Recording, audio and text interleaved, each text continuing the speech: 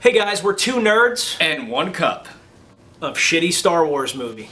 We're about to drop a ton of spoilers, so if you haven't seen The Last Jedi, you probably shouldn't, but if you haven't seen it and you want to see it, don't continue watching. A lot of people have asked us, guys, why do you hate this movie so much? I think we've got a lot of strong reasons for that, Nick. Yeah, like how many? Like 8, 9? I'm thinking 10. 10 reasons why we hate The Last Jedi. Let's talk about Snoke. In The Force Awakens, we get introduced to this evil, deformed character that looks like a giant meat helmet, and we're all sitting here going, where the hell did this guy come from? Interesting, evil, like, probably gonna play a big part going forward, right? He's around for 20 minutes and then he just gets, like, lightsabered from the side. Like, he can sense like this, that, and the other thing, but he can't sense a spinning lightsaber directly to his fucking right. You don't need the Force for that. You can just use peripheral fucking vision. I would have been like, oh shit, there's a lightsaber pointed at me. But not Snoke, Master, whatever the fuck he is, which we'll never know. And you know why? Because they fucking killed him 20 minutes into the goddamn movie. Let's talk about evaporating Luke Skywalker. Now, we've seen this in the past with Obi-Wan, and we've seen this with Yoda, but there's no real reason we don't understand why he suddenly just disappears into the ether of air around him. Yeah, Obi-Wan Kenobi gets cut in half by a lightsaber and disappears. Yoda is like 900 fucking years old, but Luke is just really tired. I'm really tired, you know? Like, it's been rough, force projecting myself after doing jack shit for a whole movie. Hey, Luke, I need some help. Can you help me out? No, I don't want to train you. I don't want to train you because I fucked up Kylo Ren real bad. The reason why all this is happening. Okay, will you mentor me a little bit? No, I don't want to do that either. I'm just going to sit in my cave. And then boom, Luke's there. He's going to fight off all these AT-ATs, but then what does he do? Nothing, because he wasn't there. He was force projecting because he was too lazy to get in that fucking X-Wing that we saw for no goddamn reason and fly over and help out. And then, once he's done helping by just kind of like floating around like a hologram, he just disappears because he's a piece of shit. He's like, oh, I've had enough. I'm going into the Force. You don't deserve to be in the Force. Like, Yoda deserves to be in the Force. He did a bunch of shit. Obi-Wan did a bunch of shit. You did nothing. Come on. Why did they show us that X-Wing? I don't know. No one knows, and we never will, because Luke's fucking dead now. Now let's talk about floating Leia, right? This big moment where, like, the ship, it can't handle it anymore, and then, you know, boom, it explodes, she gets sucked out into space, and I'm thinking, you know what? Like, that's a good way for Carrie Fisher to go out, you know? Like, that's solid. That's probably the most solid moment in this whole movie. Like, it just shows you life can evaporate in a second, you know? But that's not what happened. That's not what happened. What happened? Leia suddenly, even though she's only Force sensitive, never been trained before, pulls this miracle out of her ass, somehow actually gets an air bubble to form around her so she doesn't die in the vacuum of space, which she's already frozen in, and then she floats. Oh God, I'm so bored. The bottom line is she looked like Mary fucking Poppins, right? I'm watching Star Wars. I'm watching Star Wars. I don't want to be like, oh, look, I'm glowing and now I'm floating back. Now just open this door for me and I walk through and I'm not dead now. God damn it! Let's talk about Finn. Finn sucks. John Boyega's a great actor, but he didn't do too much in this film that impressed me. He hasn't done much, period. Let's talk about what he did.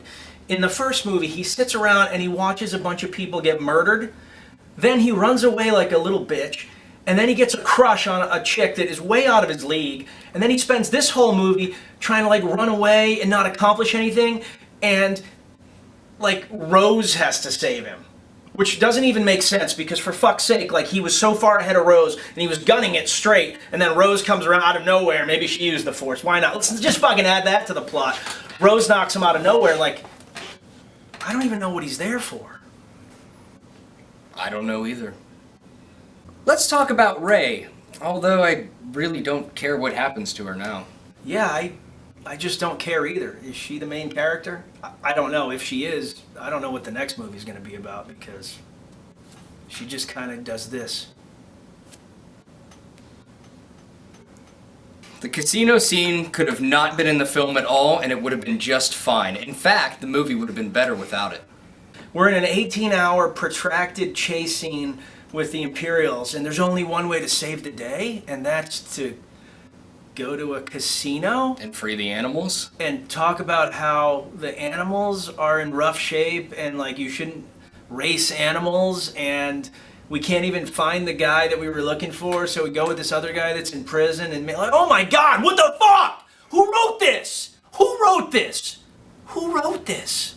Lightsabers, Star Destroyers, magical space wizards, Jar Jar Binks. The Death Star. But there is one thing that they haven't solved with all this technology and magic. What is that thing? Gas. It's gas. It's gas. And that's why I'm so happy that we decided to spend a whole fucking Star Wars movie on the premise that a fleet is running out of gas. And once they run out of gas, they're gonna die. Hope it was unleaded. Yeah, because you know what? We wouldn't want to pollute the galaxy.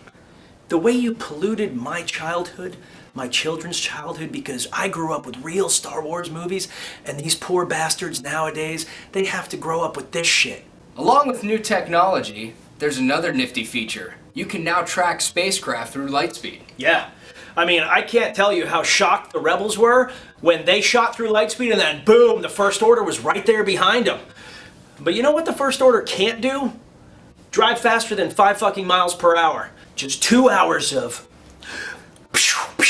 and we're following you, we're gonna get you. Wait a second, why doesn't the First Order just accelerate a bit? No, impossible. Well, why can't they just go to light speed and come up in front of them? No, that's way too complex. They haven't developed that kind of technology yet. They've got the entire armada. Why don't they just send out their TIE fighter squadrons to shoot at the shields? I don't know, maybe they tied one on last night. That was a TIE fighter pun.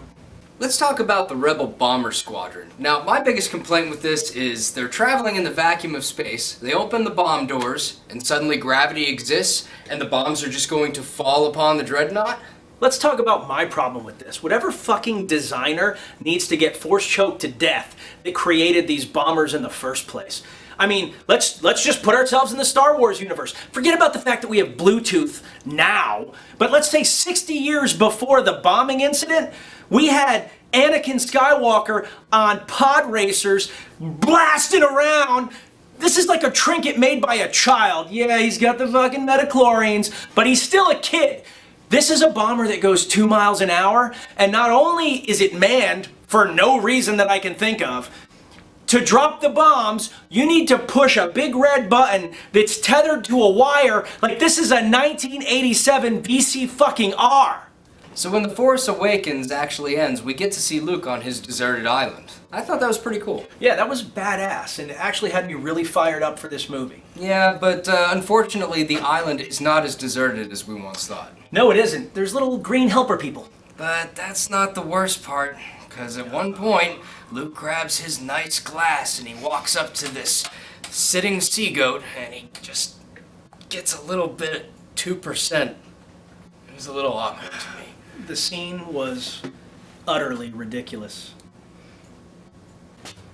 I kind of liked it. Shut the fuck up, Phil! You're killing your father, Phil! Fucking loser. Can't stand you. Why don't you just go fuck yourself? Nice beard oil. I bet you thought Padme was just great character development. Your great-great-great-great-great-grandmother is embarrassed, Phil. Eat a dick, Phil! Hey, Phil, you want some sea goat cottage cheese, you piece of shit? Phil, you would have never made it out of the garbage compactor in the first Star Wars, you piece of shit! Well, I still liked it though, so fuck you guys. Yeah, you better walk away, you disrespectful fuck! Kids have no respect these days. My God, like they don't even respect art anymore. Jesus Christ. You don't deserve those medals! Bob Saget. X-Man. The old Bob Saget works every time.